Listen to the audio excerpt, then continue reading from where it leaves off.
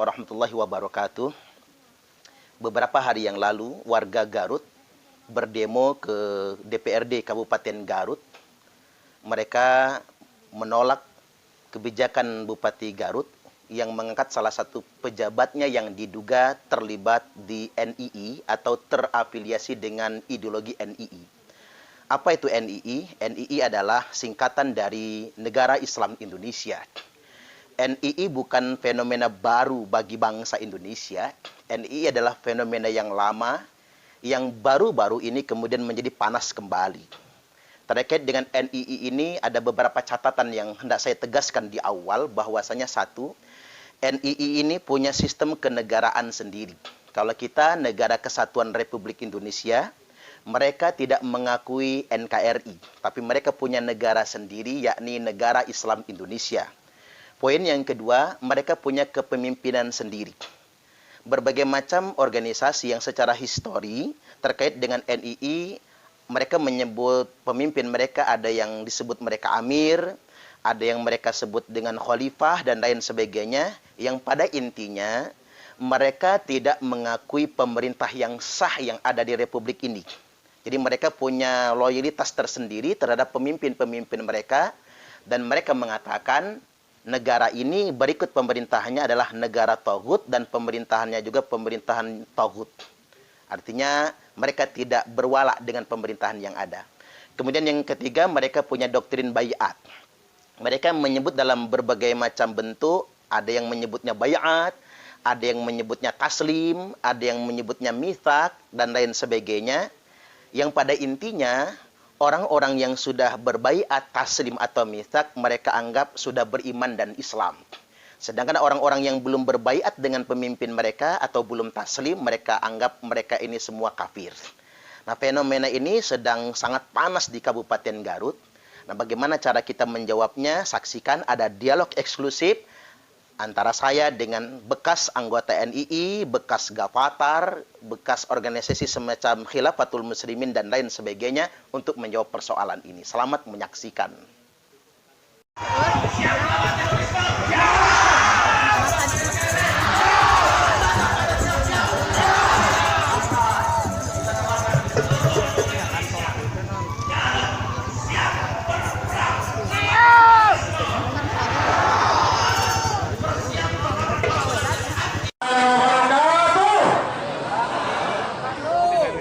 Sahabat-sahabat semua, sebelum kita mulai, marilah kita kumandangkan bersama naskah yang telah dirumuskan oleh Founding Father kita sebagai bentuk komitmen kita untuk menjaga kedaulatan NKRI, sebagai bentuk cinta kita terhadap tanah air dan bangsa. Mari kita pandangkan Pancasila secara bersama-sama. Pancasila! Semua duduk semua. Satu komando siap, satu komando siap. Satu komando siap. Iyo. Setan RI dianggap main-main. Bagaimana jawab? Jawab. NII.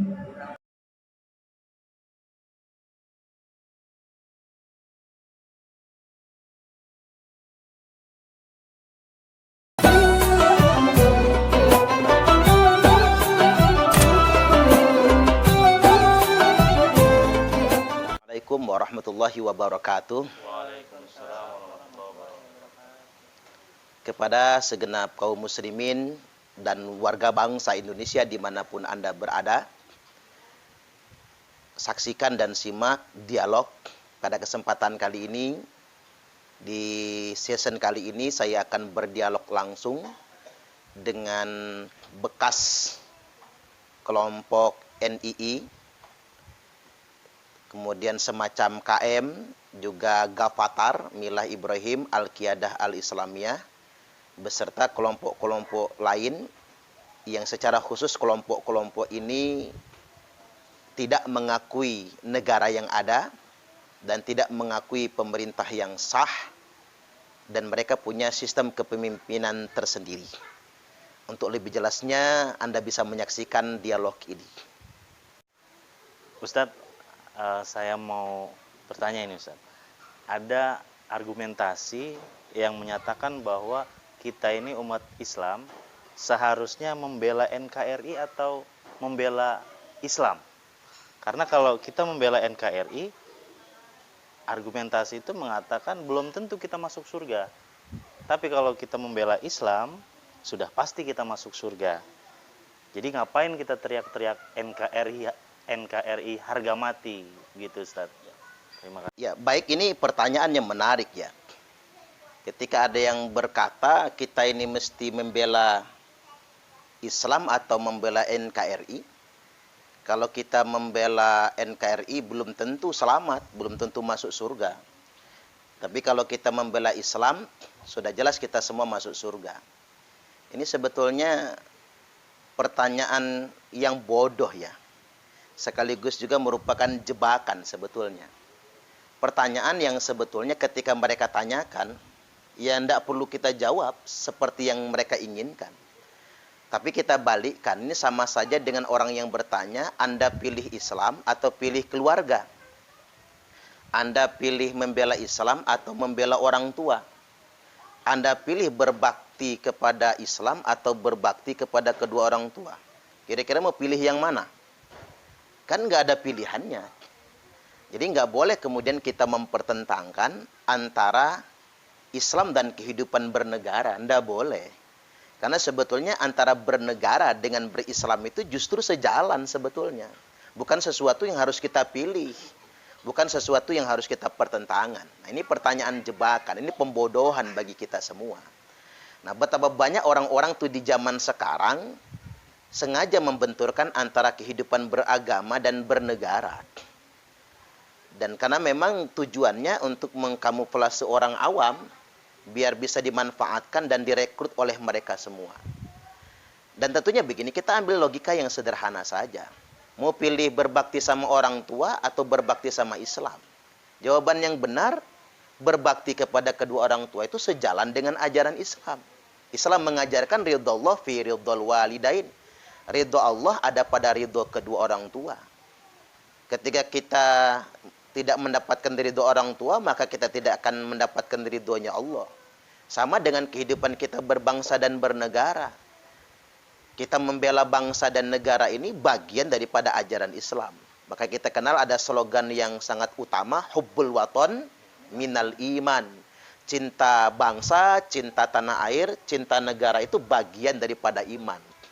Oke, kita misalnya masuk ke hadis-hadis sahih misalnya. Nabi SAW telah bersabda, man kutila duna malihi fahuwa syahid. Barang siapa yang mati karena membela hartanya, mati syahid. Man kutila duna ahlihi fahuwa syahid. Barang siapa yang mati membela keluarganya, maka mati syahid. Jadi jangan membenturkan antara berbakti sama keluarga dan berbakti dengan agama. Justru kita berbakti kepada keluarga, bagian daripada berbakti terhadap agama. Sama persis ketika kita membela negara, negara kesatuan Republik Indonesia, maka sama saja kita sebetulnya sedang berbakti kepada agama. Apalagi kehidupan bernegara adalah implementasi. Implementasi dari ketaatan kepada Allah, Rasul, dan pemimpin. Allah Subhanahu wa Ta'ala sudah berfirman, A'udzubillahi minasyaitonirrajim, ya ayyuhalladzina amanu ati'ullaha wa ati'ur rasulah wa ulil amri minkum. Wahai orang-orang yang beriman. Berarti sebetulnya ini kerangka ini terkait dengan implementasi iman kan sebetulnya. Wahai orang-orang yang beriman, taatlah kepada Allah, taatlah kepada Rasulullah, dan pemerintah. Wa ulil amri minkum, pemerintah. Berarti negara sebetulnya, minkum. Kata minkum ini kan mengikat kekinian dan kedisinian. Dalam konteks kekinian apa? Negara Kesatuan Republik Indonesia. Dalam kedisinian ya di negara kita, bukan Turki, bukan Arab Saudi, bukan pula Amerika Serikat. Jadi ketaatan dan kepatuhan kita kepada negara, kepada pemerintah yang ada, bagian dari implementasi iman kita, ketaatan kita kepada Rasulullah, kepada Allah Subhanahu wa Ta'ala.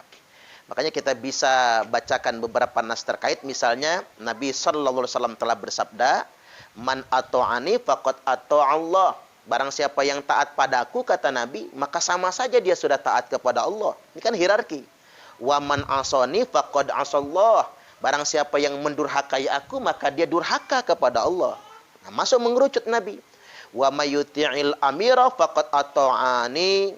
Barang siapa yang mentaati pemimpinnya, faqad ata'ani, maka sama saja dia sudah mentaati aku. Wa may ya'sil amira, barang siapa yang durhaka kepada pemimpinnya, faqad asani, maka sama saja dia sudah mendurhakai aku. Jadi memang saya lihat di beberapa media sosial orang membenturkan itu semua. Seolah-olah ada pertentangan antara kehidupan bernegara dengan berislam. Itu kan dia memang betul-betul bodoh sebetulnya, nggak ngerti, atau dia sengaja sedang membodohi kita, memanipulasi orang awam. Jangan sampai sedemikian rupa. Sama saya berikan tamsil tadi, milih berbakti sama Islam atau berbakti sama orang tua, kan salah itu kalau suruh milih. Yang benar berbakti kepada orang tua sejalan dengan kebaktian kita kepada Islam. Memilih kita membela negara atau membela Islam, kita membela negara sesuai sejalan dengan ajaran Islam itu sendiri. Ini poin pertama yang perlu saya jelaskan. Selanjutnya, apa yang mau kita bicarakan? Pak Ustadz, saya ingin bertanya tentang taslim atau baiat. Karena dulu di tahun 2004, 17 tahun yang lalu, saya itu pernah bergabung di sebuah gerakan yang semacam NII atau Khilafatul Muslimin. Karena dalam gerakan itu tujuannya adalah mendirikan negara Islam. Nah, di situ saya diwajibkan taslim atau baiat. Kalau saya tidak taslim atau baiat pada pimpinan, maka saya hukumnya masih seperti orang kafir. Jadi bagaimana menurut Ustaz tentang baiat atau taslim itu? Terima kasih. Ini juga menarik sebetulnya. Ada kelompok-kelompok yang sangat banyak sebetulnya di Indonesia ini, yang dia secara histori merupakan kelanjutan dari NII, DITII, NII dulu, Negara Islam Indonesia, yang dia bermetamorfose dalam bentuk-bentuk organisasi. Bahkan NII itu sudah terbagi sampai 9 KW ya, komandemen wilayah, dari KW 1 sampai KW 9. Termasuk tadi yang disebutkan kelompok KM ya, Khilafatul Muslimin, dan kelompok-kelompok sejenis, dan berbagai macam bentuk namanya sekarang, yang mereka itu mewajibkan taslim, mewajibkan baiat. Memang ada sedikit perbedaan antara taslim dengan baiat sebetulnya. Kewajiban baiat itu mereka beranggapan orang yang belum, kewajiban taslim maksud saya, mereka beranggapan orang yang belum taslim itu belum Islam. Namanya saja taslim. Taslim itu adalah pernyataan menyerahkan diri untuk menjadi Islam. Jadi orang-orang yang belum taslim itu dianggap belum Islam. Setelah saya pelajari di kelompok-kelompok kayak gitu, doktrin taslim itu adalah sama dengan seperti orang yang baru masuk Islam. Nah, mereka mewajibkan orang-orang muslim pada umumnya di Indonesia ini diwajibkan baiat. Taslim maksud saya. Jadi seperti yang ditanyakan oleh saudara Teguh itu kan, karena sudah pernah bergabung di situ. Tahun berapa bergabungnya? 2004. Udah keluar belum? Sudah keluar. Jadi sekarang mantan ya. Mantannya. Subhanallah. Artinya memang mereka menganggap kafir orang-orang yang belum baiat. Jadi walaupun kita ini sudah sejak lahir Islam, bahkan sudah sholat, sudah bayar zakat selama ini, bahkan sudah ngaji, bahkan ustadz sekalipun kalau belum taslim, mereka anggap masih kafir. Ini bahaya sekali sebetulnya. Ini berangkat dari ideologi takfiri. Mereka ini suka mengkafir-kafirkan orang lain selain kelompok mereka. Walaupun tidak langsung keluar dari lisan mereka, kamu kafir, kamu kafir. Tapi mereka menganggap bahwasanya selain kelompok mereka itu masih kafir. Dan inilah sebetulnya yang sudah diantisipasi oleh Nabi. Al-kufu amman qala la ilaha illallah. Kendalikan diri kalian terhadap orang yang mengucapkan kalimat la ilaha illallah. Wala nukaffiruhu bidzambin, jangan kita mengkafir-kafirkannya. Hatta dia berbuat dosa sekalipun tidak boleh kita mengkafir-kafirkannya. Nah, ini sudah muncul fenomena kelompok-kelompok semacam ini. Bisa kita telusuri lebih lanjut. Mereka menganggap yang belum taslim, belum segolongan sama mereka itu masih kafir.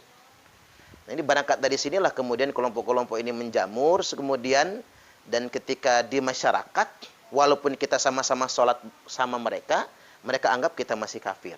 Ini tentang taslim ya. Nah, kemudian yang berikutnya tentang baiat. Nah, mereka juga mewajibkan baiat sebetulnya secara individu. Padahal sebetulnya setelah saya pelajari taslim yang dipraktikkan di mereka itu, taslim yang dipraktikkan kepada mereka itu pernyataan keislaman di depan nakib, di depan mudabir ya, di depan guru mereka lah. Padahal itu tidak diajarkan sama sekali di dalam Islam sebetulnya. Yang namanya orang itu menjadi Islam cukup mengucapkan 2 kalimat syahadat, ya dia jadi Islam. Ngapa kemudian orang harus berikrar kembali untuk bersahadat? Nah, ini bentuk kebid'ahannya. Saya beranggap ini sudah bid'ah ya.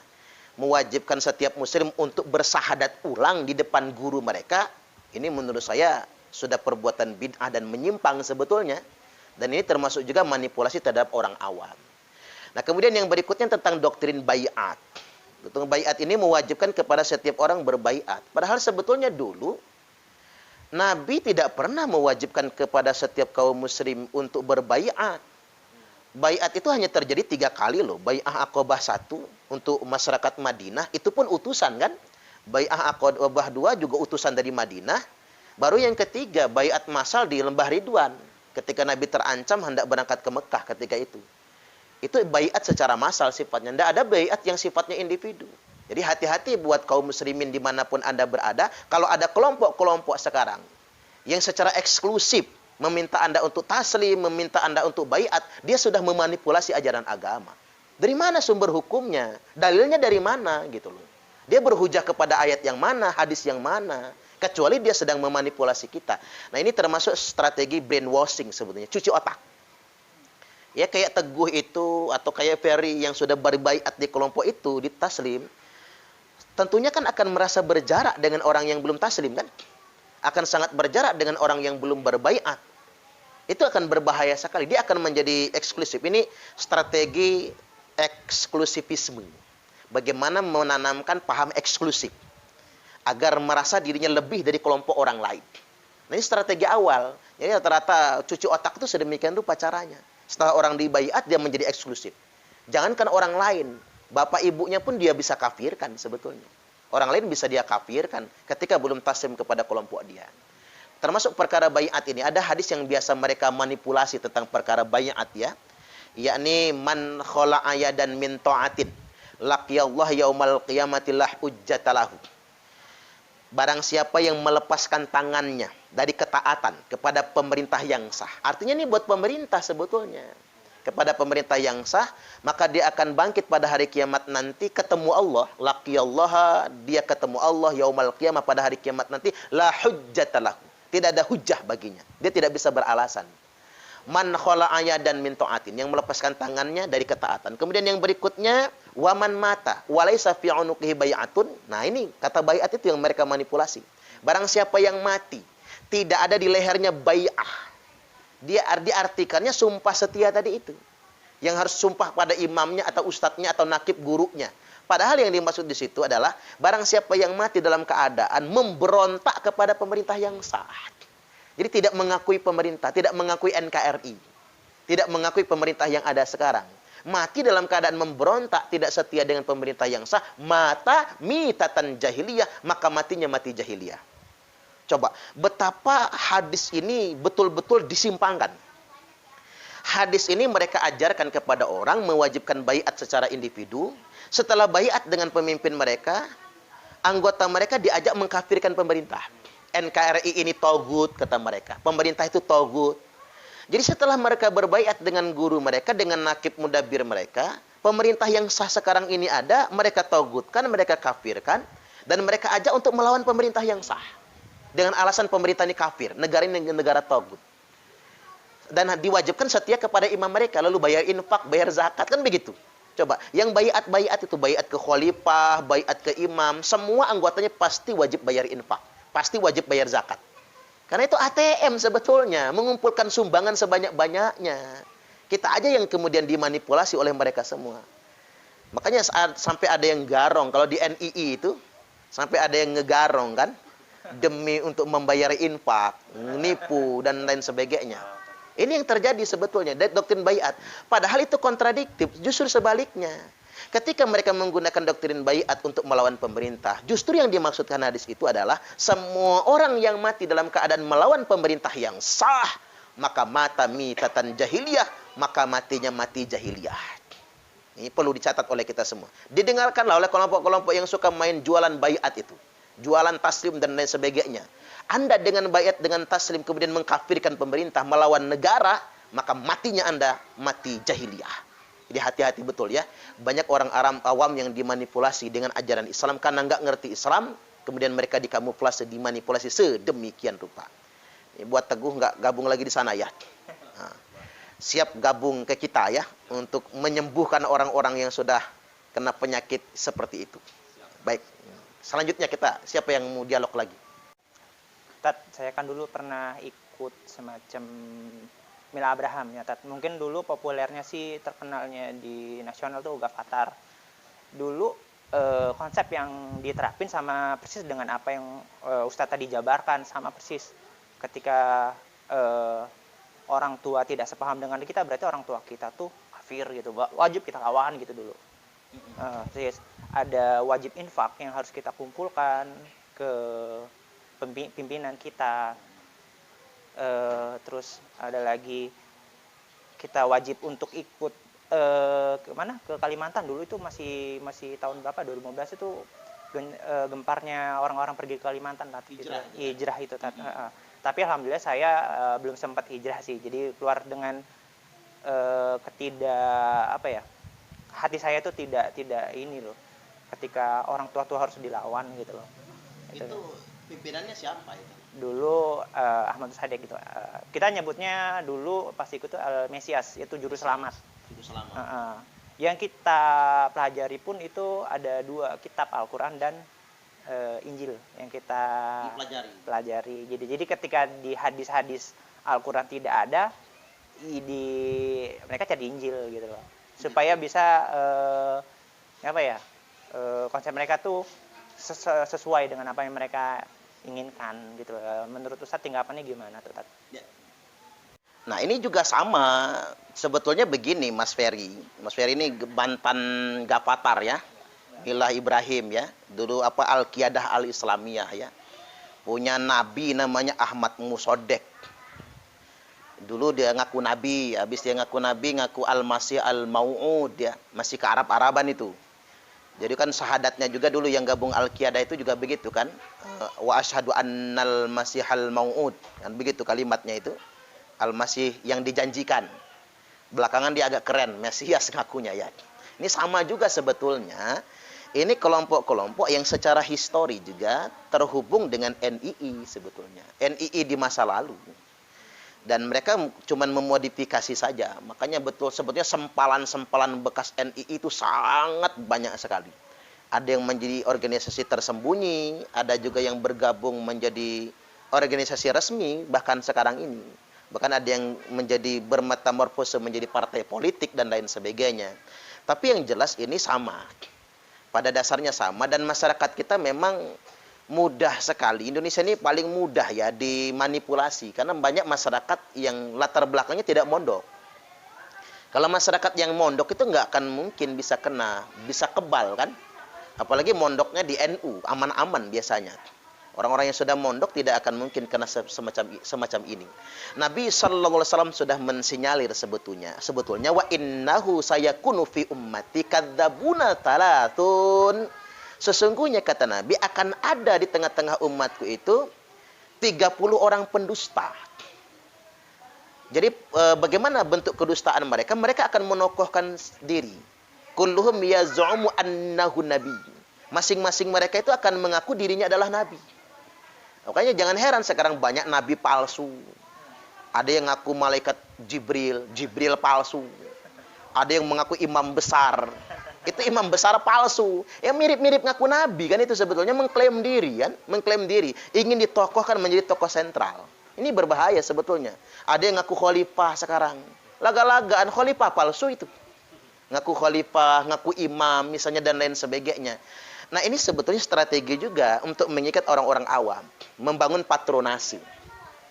Jadi ada patron, ada tokoh yang diunggulkan, yang diidolakan, yang perkataan tokoh ini menjadi perkataan sentral. Salah benar dia dibela semua. Ini terjadi sebetulnya. Karena memang Indonesia ini negara bekas jajahan gitu. Bekas jajahan Belanda yang terlalu lama. Mau tidak mau budaya feodal itu masih. Jadi mencari orang yang bisa dindoroaken gitu. Dindoroaken sehingga dia bisa memanipulasi orang awam.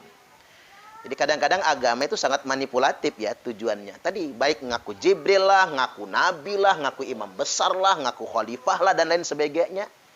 Dan ini sangat berbahaya sekali sebetulnya. Dan saya lihat sebetulnya Mas Ferry, kelompok-kelompok serupa dengan Dafatar, Gerakan Fajar Nusantara itu ya, Al-Qiyadah Al-Islamiyah, sebagai metamorfose bentuk-bentuk baru dari NII, itu memang banyak. Bahkan di Lampung ini sudah mulai menggejala kembali sebetulnya. Mereka merekrut orang, bahkan kalau yang KW9 itu ada tokohnya Mas Ken Setiawan. Nanti Mas Ken juga nonton ini ya. Mas Ken Setiawan itu adalah NII Crisis Center. Jadi korban-korban NII yang pernah gabung di NII itu kemudian direkrut oleh beliau, dikasih wawasan untuk disadarkan. Dan mereka itu, apalagi KW9 ya, tidak wajib pakai kerudung, nggak wajib sholat. Ada periode Mekah, periode Madinah, kan begitu. Iya, sama. Nah, untuk segera sampai ke periode Madinah, mereka hijrah kan. Madinahnya di Kalimantan gitu ya, persis kayak gitu. Jadi kembali setback ke masa lalu. Padahal sebetulnya Nabi sudah ingatkan, la hijrata ba'dal fath. Tidak ada lagi hijrah setelah Futuh Mekah. Ini buat pengetahuan buat Anda semua, saudara-saudari bangsa Indonesia dan kaum muslimin pada umumnya, tidak ada lagi hijrah fisik setelah kemenangan Mekah. Jadi hijrah terakhir itu ya hijrah dari Mekah ke Madinah dan Futuh Mekah, tidak ada lagi hijrah fisik. Pindah wilayah itu tidak ada lagi. Yang artinya sebagai sebuah kewajiban agama. Kalau sekedar hijrah, merantau dan lain sebagainya ya silakan saja. Jadi dari pengalaman Mas Ferry kita bisa ngambil pelajaran bahwasanya bayangkan ada ajaran yang sangat irasional sekalipun. Orang ngaku Mesias, aneh juga, Mesiasnya hidungnya pesek lagi ya. Orang ngaku Al-Masih gitu ya. Dan ternyata banyak yang percaya. Kalau nggak salah banyak PNS juga ya Mas. Ada juga yang PNS masuk, bayangkan gitu. Jadi yang harus kita sadari, orang-orang yang mungkin ya secara pekerjaan, pergaulan juga tarafnya menengah ke atas, tapi bisa juga ternyata terpengaruh oleh ajaran yang irasional tersebut. Ini kewaspadaan bagi setiap orang tua, hati-hati kalau anaknya ngaji, jangan masuk yang sembarangan. Jadi begitu. Baik, Ustadz, menarik tadi Ustadz sempat berbicara tentang ada orang yang mengaku atau ingin diakui sebagai khalifah. Nah, sekarang ini kan apalagi yang belakangan sempat heboh, ya ada kelompok yang mengklaim di kelompoknya sudah ada khalifah. Nah, mereka ini tinggal di negara atau di tempat yang mereka tidak mengakui pemerintahannya, kan begitu.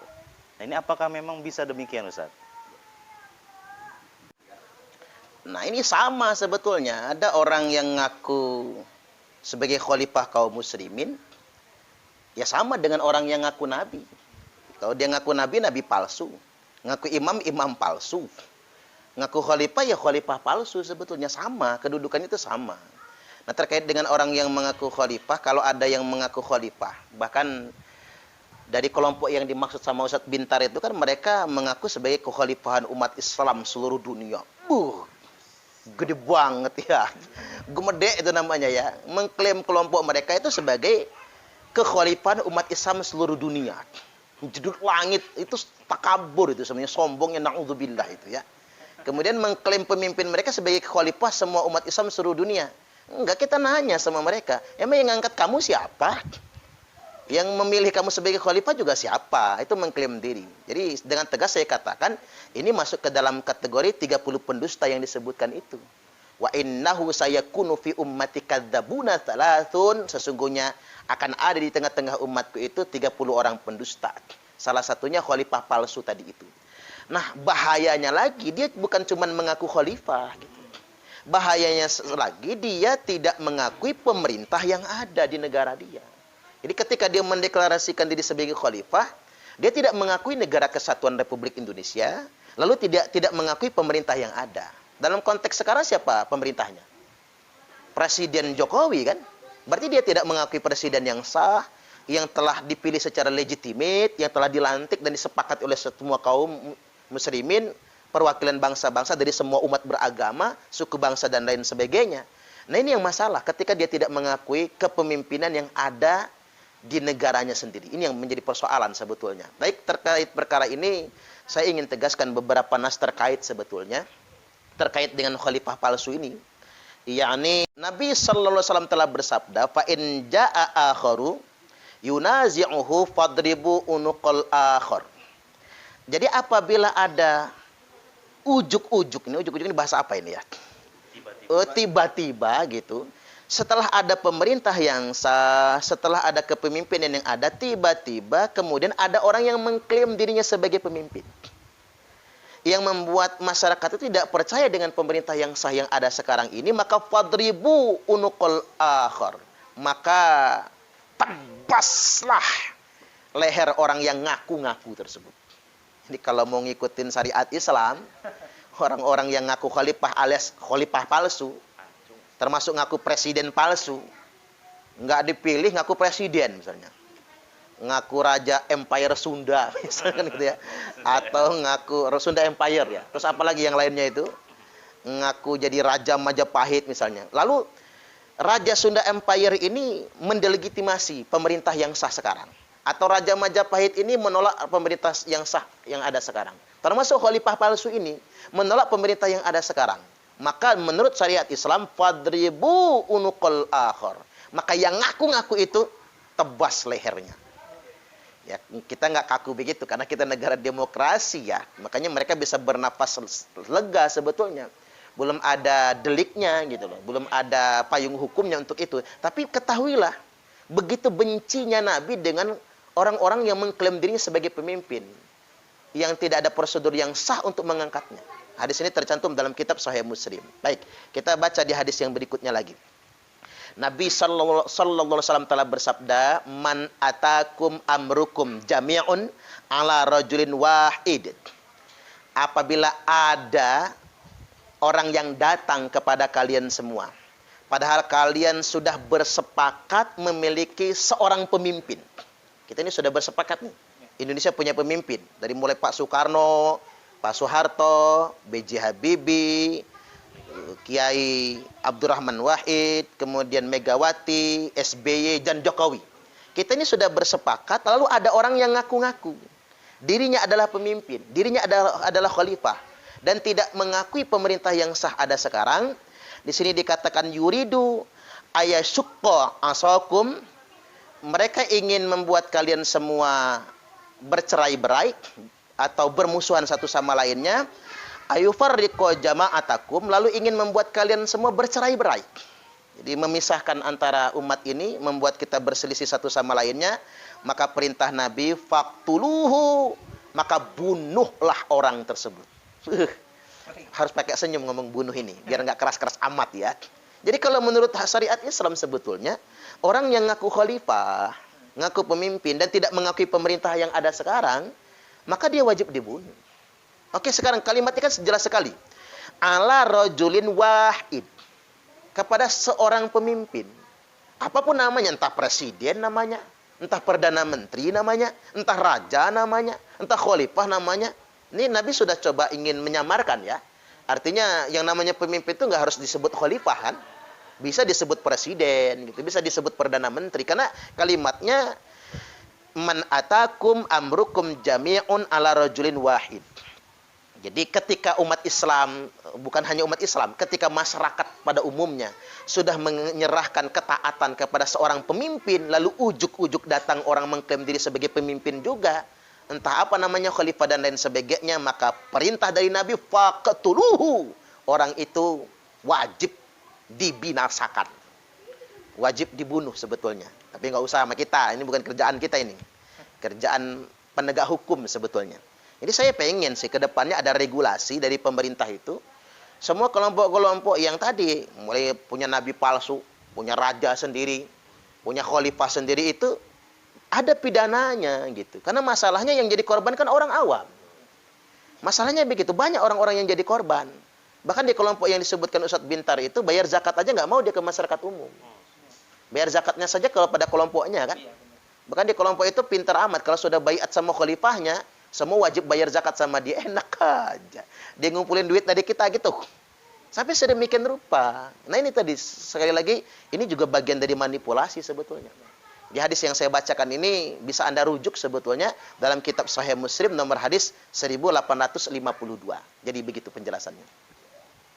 Jadi begini Ustadz, saya mau bertanya, di zaman sekarang ini, khususnya di era pemerintahan sekarang ini, banyak sekali konflik-konflik atau perpecahan antara masyarakat dengan setuju atau tidaknya dengan pemerintah. Yang mau saya tanyakan adalah, apakah pemerintah Indonesia yang sekarang ini termasuk ulil amri? Begitu. Terima kasih. Nah, ini pertanyaan menarik dari Mas Ali ya. Bahwasanya apakah pemerintah sekarang ini termasuk ulil amri? Jawabannya iya. Karena sudah ada kata minkum di situ yang sifatnya mengikat. Jadi yang disebut dengan ulil amri itu pemimpin yang kita angkat, yang berdaulat, yang ada di negeri kita masing-masing. Itu kata minkum sedemikian rupa. Kalau zaman dulu ulil amrinya setelah Nabi ya Khulafaur Rasyidin. Pasca itu ya raja-raja Bani Umayyah, raja-raja Bani Abbasiyah. Pasca itu ya kalau zaman sekarang di era demokrasi republik berarti presiden. Itu ulil amri bagi kita semua. Nah, kita harus membedakan sebetulnya antara negara dan pemerintah itu ada persamaan dan ada perbedaannya. Yang namanya negara itu adalah sistem. Yang namanya pemerintah adalah pelakunya. Dan pemerintah itu kan bisa silih berganti. Nah, ketika kita sedang memilih presiden, boleh dong kita suka atau tidak suka. Bebas kita memilih karena kita di negara demokrasi. Tapi siapapun yang sudah terpilih, sah menurut undang-undang. Dan kemudian dia sudah dilantik, dia berdaulat berarti. Dia ulil amri. Wajib kita semua untuk mentaatinya. Nah, terkait dengan perkara ini, yang namanya pemerintah itu manusia biasa. Jangankan pemerintah, sahabat saja yang orang sangat dekat dengan Nabi punya kekurangan kan dalam memimpin, apalagi manusia biasa seperti kita. Termasuk saya kalau jadi presiden ya. Kira-kira maju nggak Indonesia nih kira-kira? Wong kita manusia biasa yang punya kekurangan, tapi saya ingin bacakan dulu nasnya. Nabi sallallahu alaihi wasallam telah bersabda, "Man kariha min amirihi syai'an falyasbir." Barang siapa yang nggak suka gitu, ada kebijakan pemerintahnya yang nggak suka, atau bahkan bukan kebijakannya, sama pemerintahnya dia nggak suka, karena bukan pilihan dia mungkin. Barang siapa yang nggak suka sama pemerintahnya atau kebijakan pemerintahnya, falyasbir. Apa perintah Nabi? Sabar. Jadi nggak boleh kita menyatakan melawan pemerintah atau mendelegitimasi pemerintah yang ada, falyasbir. Maka sabar kata Nabi. Fa innahu man kharaja minas sultani shibron, karena sesungguhnya barang siapa yang keluar dari pemerintahnya sejengkal saja. Nabi sudah katakan dalam bahasa yang sifatnya netral ya, bukan khalifah ini, sultan. Fa innahu man kharaja minas sultani shibron, karena sesungguhnya barang siapa yang keluar dari ketaatan kepada pemerintahnya sejengkal saja, kemudian dia mati, maka mata mitatan jahiliyah, maka matinya mati jahiliyah. Jadi bersikap melawan pemerintah atau tidak mengakui pemerintah yang ada sekarang, maka bisa matinya mati jahiliyah. Hadis ini muttafaqun alaih, tercantum dalam kitab Sahih Al-Bukhari nomor hadis 7053, Sahih Muslim 1478. Jadi pemerintah yang ada itu ulil amri. Bahkan mohon maaf ini Mas Ali, karena sudah ditanyakan. Ini Indonesia loh. Ini Indonesia. Kalau kita di Arab Saudi, ulil amri kita siapa? Raja Arab. Kalau kita di Turki, ulil amrinya siapa? Erdogan. Jangan kebalik. Orang Indonesia nganggap idolanya mempresidenkan Erdogan. Kan kebalik. Pindah aja dia ke Turki. Jangan tinggal di Indonesia. Orang Indonesia mengidolakan pemimpinnya Joe Biden misalnya. Joe Biden. Ya pindah aja dia ke Amerika. Jangan tinggal di Indonesia. Kan begitu perumpamaannya. Tapi seandainya kita tinggalnya di Turki, maka ulil amri kita ya Erdogan. Selama dia jadi presiden. Termasuk kita tinggal di Amerika Serikat. Di Amerika Serikat sekalipun, siapa ulil amri kita? Ya Joe Biden dong. Pemerintah Amerika Serikat. Walaupun dia bukan beragama Muslim. Bukan beragama Islam. Jadi jangan mentang-mentang kemudian Amerika Serikat itu pemerintahnya tidak beragama Islam, kemudian kita katakan kita tidak boleh mentaatinya. Wajib mentaatinya. Ini banyak orang Islam yang nggak tahu. Bagi kaum muslimin yang tinggal di negara-negara yang mayoritas non-muslim, seperti Thailand, yang mayoritas beragama Buddha misalnya. Cina, yang mayoritas agamanya mungkin banyak yang nggak beragama ya, di sana kan begitu. Atau umumnya Buddha lah di sana, Konghucu kan misalnya. Kemudian atau kita tinggal misalnya di India yang mayoritas Hindu misalnya. Walaupun presidennya beragama Hindu, kita wajib taat kepadanya. Wajib taat. Ini banyak orang nggak tahu kan? Kita tinggal di Filipina, wajib taat kepada pemerintah Filipina. Makanya saya salahkan kalau ada warga Thailand yang beragama Islam, Thailand Selatan, ingin memberontak memisahkan diri dari negara Thailand. Mereka ingin bikin negara sendiri dan memberontak pemerintah yang sah. Itu menurut syariat Islam salah itu. Mereka sangka mereka jihad kan? Padahal mereka salah. Sama dengan orang yang Muslim Moro Filipina, yang dia ingin membebaskan diri dari Filipina.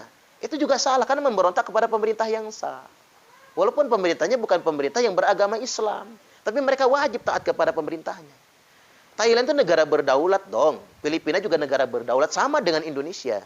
Indonesia ini negara berdaulat. Orang nggak bisa memisahkan diri dari Indonesia. Papua pengen merdeka, ya nggak bisa.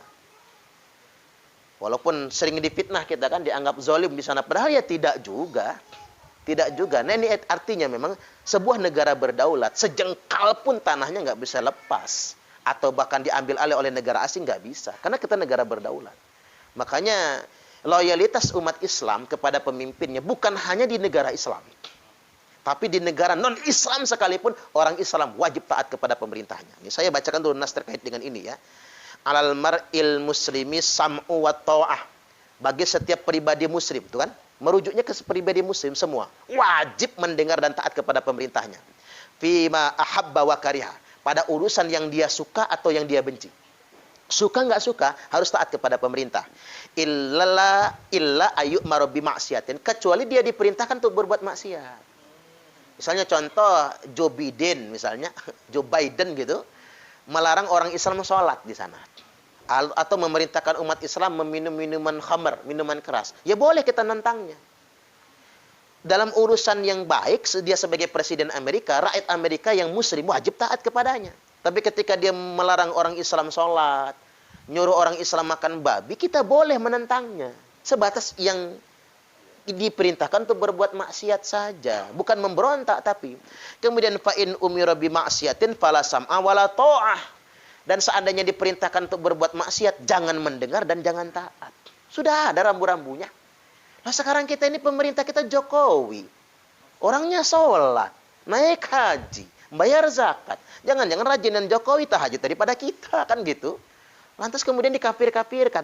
Ini hati-hati sekali. Pemanfaatan, sekali lagi, pemanfaatan agama untuk kepentingan politik. Ini menurut saya pembajakan. Dan ini harus kita antisipasi. Jadi begitu jawabannya. Baik Ustadz, ini ada pertanyaan menarik juga nih Ustadz. Jadi sekarang ini kan lagi dibangun narasi bahwa Indonesia ini sudah seperti atau sudah masuk atau sudah pantas dianggap layak untuk perang Badar gitu Ustaz. Karena menurut narasi ini yang berkembang ini, pemerintahnya itu zalim kepada rakyat. Bahkan ada juga narasi yang mempertentangkan bahwa pemerintah sekarang ini itu bagai Fir'aun.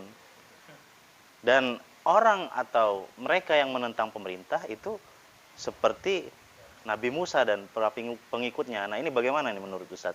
Terima kasih Ustaz. Nah ini sebetulnya framing narasi begini sudah merupakan cara-cara yang lebih sedeng lagi. Sedeng itu bahasa apa itu? Bahasa Jerman ya. Jaseng ya. Jadi lebih sedeng lagi. Ini memang bahasa-bahasa yang digunakan oleh orang-orang yang mabok agama gitu. Jadi orang-orang yang memang sudah kecanduan sebetulnya dengan bahasa-bahasa agama. Baik, saya ingin pertegas yang pertanyaan yang terakhir dulu, baru nanti pertanyaan yang pertama tadi.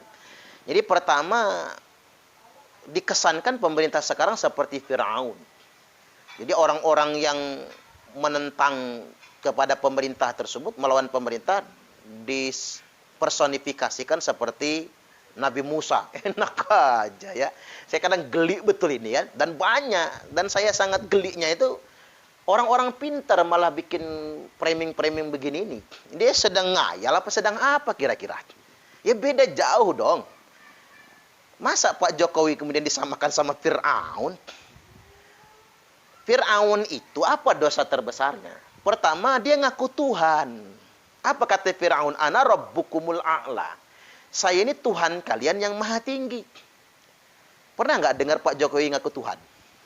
Nggak pernah kan? Malah kalem Pak Jokowi. Dihina-hina orang, ya nggak apa-apa toh. Fir'aun dihina orang, disembelihnya, jangan macam-macam.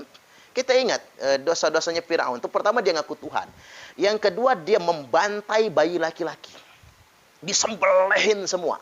Bayi laki-laki yang lahir di tahun yang disebutkan oleh tukang ramalnya itu dibantai semua kecuali Nabi Musa alaihi salam. Ini kan kezaliman Firaun. Kemudian Firaun memperlakukan rakyat Mesir itu sebagai budaknya gitu. Diperlakukan seperti budaknya, dieksploitasi sedemikian rupa dan dia menuhankan dirinya. Itu Firaun tersebut. Tidak bisa disamakan dengan Nabi Musa. Dan Nabi Musa itu bukan dalam rangka menentang kepemimpinan dan menggantikan Firaun, bukan. Dia sedang berdakwah kepada Firaun. Anda bukan Tuhan Firaun. Tapi Anda itu manusia biasa. Tuhan itu Allah. Nah ini sebetulnya konflik antara Nabi Musa dengan Firaun. Sampai kemudian karena Nabi Musa tidak sanggup mengalahkan pasukannya Firaun, beliau memilih untuk pergi kan dan menyeberangi Laut Merah. Disitulah Allah Subhanahu wa taala membinasakan Firaun. Jadi sekali lagi ini betul-betul framing narasi yang sangat menyesatkan. Jadi saya ingin tegaskan kepada Anda semua kalau ada selepel ustadz atau selepel kiai, penceramah, orang ngomong agama, membangun sebuah narasi pemerintah sekarang itu Fir'aun dan yang menentang pemerintah dan Nabi Musa, saya tegaskan pada kesempatan kali ini dia sedang memfitnah sebetulnya. Ini fitnah yang sangat besar. Saya jadi malu nih sebagai orang Islam kalau ada pemuka-pemuka dalam tanda kutip ya mengatasnamakan Islam kemudian membangun ini semua. Ini betul-betul kebohongan yang besar ini. Dan ini termasuk fitnah yang sangat besar. Ingat, Nabi SAW sudah menegaskan bahwasanya la yadkhulul jannata namam, tidak akan pernah masuk surga orang-orang yang mengadu domba, yang memprovokasi semacam ini. Bahkan disebutkan bahwasanya wal fitnatu asyaddu minal qatli. Allah Subhanahu wa taala berfirman, fitnah itu lebih kejam daripada pembunuhan. Bayangkan kalau ada masyarakat Indonesia percaya atau orang muslim percaya dengan narasi ini. Dan dia menganggap pemerintah itu adalah antek Fir'aun semua. Lalu kemudian mencari alasan pembenar untuk melawan pemerintah. Ini bahaya sekali. Makanya menurut saya fitnah paling mudah itu adalah fitnah yang mengatasnamakan agama. Fitnah paling mudah adalah fitnah yang mengatasnamakan agama. Hati-hati sekali sebetulnya. Jadi kalau ada orang sudah menggunakan agama untuk kepentingan ambisi politiknya, hati-hati. Dia sedang menipu kita semua. Nah, kemudian kita masuk ke pertanyaan yang berikutnya tadi. Ada yang membangun kemudian narasi perang Badar. Perang Badar itu kan perang pasukan Nabi melawan orang kafir. Di mana pasukan Nabi cuma 300 sekian, ngelawan orang kafir yang 1000-an lebih kan begitu. Jelas-jelas kafir Quraisy loh, yang nyembah berhala, yang tidak beriman kepada Allah, yang menganiaya para sahabat, yang menganiaya Nabi. Nah, kalaupun harus terjadi misalnya konflik di Indonesia ya bukan perang Badar, gek. Yang terjadi justru perang Jamal, perang Siffin sebetulnya. Ya, saya coba kita flashback ke sejarah sebentar. Jadi, kalaupun memang terjadi ya perang Jamal, perang Siffin. Pasca terbunuhnya Khalifah Utsman, karena Khalifah Utsman itu dituduh korupsi. Makanya banyak orang sekarang mendelegitimasi pemerintah dengan alasan pemerintah itu ada yang korupsi. Dia nggak bisa membedakan mana bernegara, mana oknum pemerintah, kan begitu. Ya jangankan pemerintah yang sedang berkuasa, Anda juga yang sok-sok suci itu kalau jadi pemerintah jangan-jangan lebih gede korupsinya. Iya kan begitu kan? Semua orang yang berkuasa bisa korupsi. Saya bisa teriak-teriak anti korupsi karena saya bukan penguasa. Coba kalau saya jadi penguasa ya belum tentulah. Tapi mudah-mudahan enggak lah. Kalau beneran tuh mudah-mudahan enggak kan begitu. Kayak contoh misalnya ada tuh siapa Nur Sugi itu nyebut, itu yang korupsi bukan khilafah kata. Ya iyalah. Sama saja dia ngomong begini, yang korupsi di Indonesia bukan rakyat Malaysia. Ya iyalah. Betul kan? Yang korupsi di Indonesia ini bukan rakyat Amerika. Ya bener lah. Ngapain kan begitu ya? Itu kan ngibul sama kita. Dia sedang memanipulasi kita sebetulnya. Jadi balik lagi bahwasanya ya itu namanya oknum. Oknum akan mempertanggungjawabkan perbuatan sendiri. Kembali ke Khalifah Utsman, beliau dituduh korupsi. Kemudian sampai terjadi demo besar-besaran, 40 hari 40 malam, sampai Khalifah Utsman terbunuh. Ini gara-gara fitnah kan? Upaya mendelegitimasi pemerintah. Sudah terjadi sejak zaman awal. Nah, karena Imam Ali belum berhasil menangkap dan menghukum pembunuh Utsman, muncul fitnah tambahan. Dianggap Imam Ali melindungi pembunuh Utsman. Maka terjadi demo besar-besaran di Basrah. Dulu yang mimpin demonya Ummul Mukminin Aisyah radhiyallahu anha. Kalau Indonesia sempat siapa? Neno Warisman kan? yang sempat teriak-teriak itu kan, takbiran belum waktunya itu. Jadi kembali lagi saya ingin tegaskan bahwasanya Ummul Mukminin tidak salah. Mengapa tidak salah? Karena dia ditipu oleh para provokator, orang penyebar-penyebar fitnah. Zaman itu banyak orang memfitnah atas nama agama dan banyak orang bersumpah dengan nama Allah. Wallahi, wallahi, wallahi. Coba kita lihat. Panasnya suhu politik tahun 2019 itu banyak orang bersumpah demi Allah kan. Orang mengangkat Al-Quran di atas kepalanya bersumpah demi Allah. Sampai ulama dulu pernah mengingatkan, kalau sudah banyak orang yang demi politik bersumpah atas nama demi Allah, atas nama Al-Quran, ingat dia sedang berdusta. Dia sedang menyebarkan fitnah sebetulnya. Nah, korban fitnah itu justru orang baik, orang soleh. Korban fitnah dan adu domba itu orang soleh sebetulnya. Karena ngapa? Orang soleh merasa tidak pernah membohongi orang lain. Maka dia merasa tidak akan pernah dibohongi orang lain. Nah, Ummul Mukminin Aisyah radhiyallahu anha, karena beliau orang baik, selalu berhusnuzon. Ketika dia dibohongi orang, dia pikir dia tidak sedang dibohongi. Maka terjadilah perang Jamal. 18.000 sahabat Nabi meninggal dunia. Aisyah tuh menangis berkali-kali kalau ingat perang Jamal. Kalau waktu bisa diulang, kata Aisyah, perang Jamal tidak akan pernah terjadi. Ternyata aku ditipu. Ini konflik politik yang berujung kepada hal-hal yang sangat negatif itu, kalaupun terjadi dalam konteks kekinian keindonesiaan, ya bukan perang Badar, perang Jamal. Tahun depan, jaraknya cuma 6 bulan kemudian, terjadi perang Siffin. Muawiyah yang memberontak. 80.000 sahabat Nabi wafat meninggal dunia. Ya matinya sia-sia dong. Uang bukan jelas-jelas perang melawan kafir Quraisy. Ini perang saudara kan.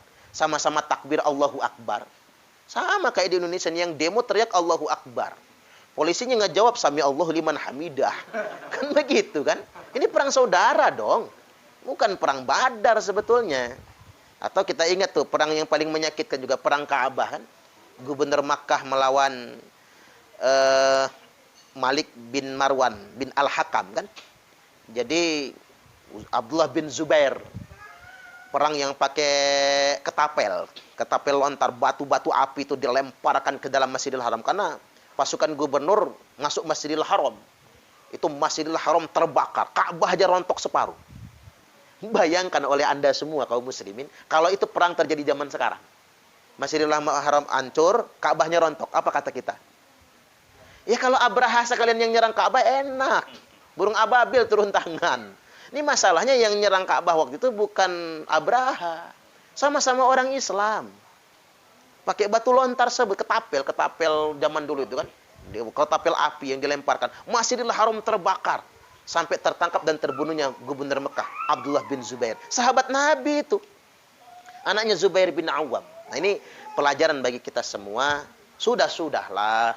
Berhentilah menggunakan agama untuk membangun faksi-faksi politik. Agama itu bukan baju politik, bukan identitas politik. Tapi agama itu pedoman moral. Bagi kaum muslimin tidak penting apa partai Anda kalau bagi saya. Yang terpenting itu kalau Anda memang mengaku Islam, saat Anda berkuasa, jujur. Betul nggak kira-kira? Jujur dong, sejahterakan rakyat. Nggak usah teriak-teriak bela Islam. Cukup Anda menjadi pemimpin yang jujur, pemimpin yang adil, tidak korupsi, sama saja. Anda sudah mengamalkan ajaran Islam. Ya buat apa teriak-teriak Islam kalau korupsi sapi misalnya kan, korupsi pajak misalnya kan, korupsi APBN dan lain sebagainya. Percuma kan, jubahnya agama malah malu-maluin yang kayak gitu. Jadi ingin tegaskan sekali lagi, jangan kejebak dengan kelompok-kelompok yang sedemikian rupa. Hati-hati sekali. Ini tugas-tugas kita ke depannya, segenap anak muda di Bandar Lampung ini maupun segenap Indonesia, yuk kita cerdaskan umat. Kita bentengi umat dari kelompok-kelompok yang selalu mengatasnamakan agama padahal untuk ambisi dan kepentingan politik. Ya mudah-mudahan Indonesia semakin damai dan insya Allah kita pembangunan pesantren juga berjalan dengan lancar. Sekali lagi kita akan selalu dakwahkan Islam yang rahmatan lil alamin. Demikian mudah-mudahan dialog ini sangat bermanfaat bagi segenap kaum muslimin. Selamat menonton, tapi jangan lupa subscribe-nya ya. Terus kalau ada iklan ya jangan dilewatkan. Ini buat keberkahan channel kita bersama. Demikian dari saya. Wallahul muwaffiq ila aqwamit thoriq. Wassalamualaikum warahmatullahi wabarakatuh.